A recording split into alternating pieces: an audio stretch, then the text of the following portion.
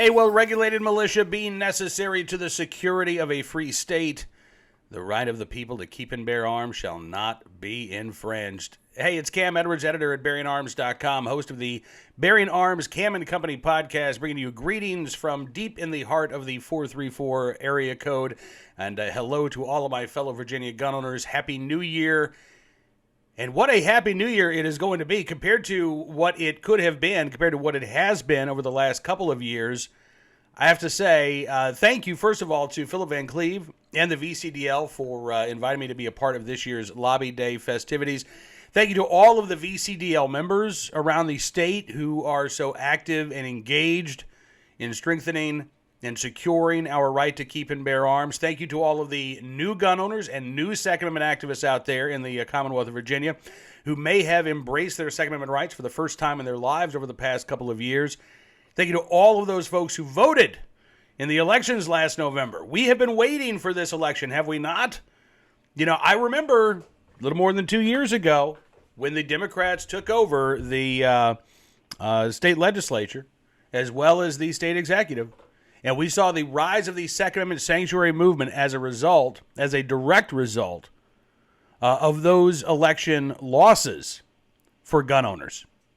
I don't know how many Second Amendment sanctuary meetings you went to, but covering this issue for Bearing Arms and just being excited, being a Second Amendment activist and watching this take place in the state that I lived, I attended dozens of these county supervisors meetings around the state. And one of the commonalities that I heard at the time, 2 years ago, a little more than 2 years ago now, was we were asleep. I don't know how many gun owners I heard tell me we were asleep. We didn't think that this could happen to us. We thought that we were okay. We thought the state was safe. I talked to gun owners who said, I've never voted before. And I'm never not going to vote from here on out. And, you know, I believed it at the time. I really did. I had no doubt that the anti-gun moves by these Democratic lawmakers, the fact that the first thing they did when they took control of the state legislature was introduce a sweeping gun ban bill. I knew that that would have a reaction. I knew that that would lead to an energized a base of gun owners who were not going to forget. They were not going to give up. And again, we saw that this past November. Even though Ralph Northam and the Democrats tried to do what they could to downplay the gun control issue, you know, they didn't even run that gun ban bill in 2021, knowing it was an election year, hoping to distract us, hoping to, it would just slip our mind. Well, that's not what happened. You saw this. I saw this on election night. Not only did we see increased voter turnout in the Second Amendment sanctuaries, but the margin of victory for Glenn Youngkin was far higher than what anybody was anticipating. Even in the rural red counties where people thought, well, Youngkin's going to do well. They didn't think that he would win 80-20, 85-15 with more votes than were cast in 2019. And yet that is exactly what we saw. Because the Democrats did awaken an anti-gun sleeping giant in the Commonwealth of Virginia by choosing to attack our right to keep and bear arms so enthusiastically and so directly. And again, we were not able to defeat every bad bill over the last 2 years. But we were able to defeat several extraordinarily awful pieces of legislation. And now that we've got Republicans in control of the House of Delegates, we've got a closely divided state Senate, I do hope that we can start working on the full repeal of all of the gun control measures that have been passed over the past two sessions. I hope that we can start working towards things like constitutional carry, although it might be difficult to do this year with a divided legislature.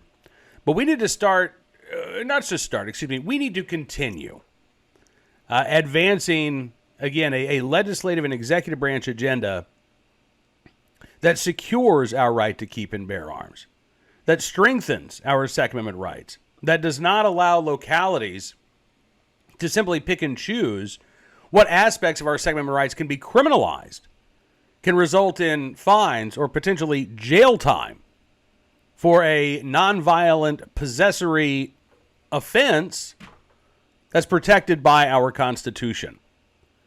Those efforts need to start now. I'd love to see Governor Youngkin put a Second Amendment advocate on the Virginia Crime Commission.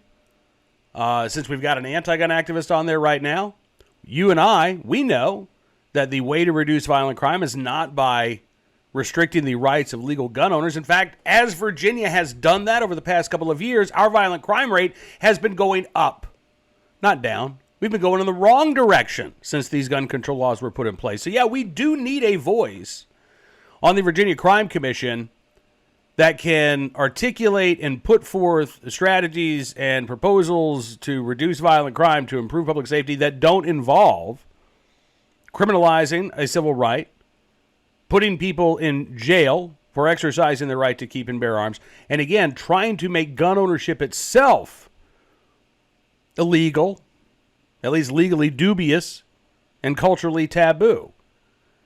So, look, we're not going to be able to do everything we want this year. I know that. I'm a political realist.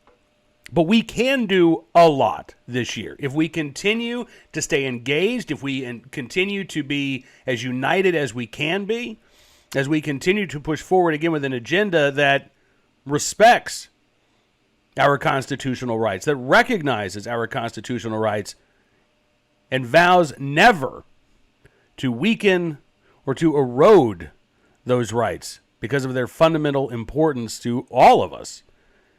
And, I got to say, I suspect that we're going to see more Virginians embrace the right to keep and bear arms in the years ahead, too, because these Democratic policies that have been put in place leading to this increase in violent crime we're not going to be able to turn them around overnight. Democratic-controlled parts of the state where violent crime is higher than it is in other parts of the state, they're also not going to be able to turn things around overnight. Gun control activists are going to continue to use violent crime. They're going to continue to use their failures as justification or an excuse for more restrictions on our right to keep and bear arms. And we have got to be vigilant about that. Again, we've got to remain engaged. We've got to remain involved. The great news is we have a strong Second Amendment community in the Commonwealth of Virginia, as you well know.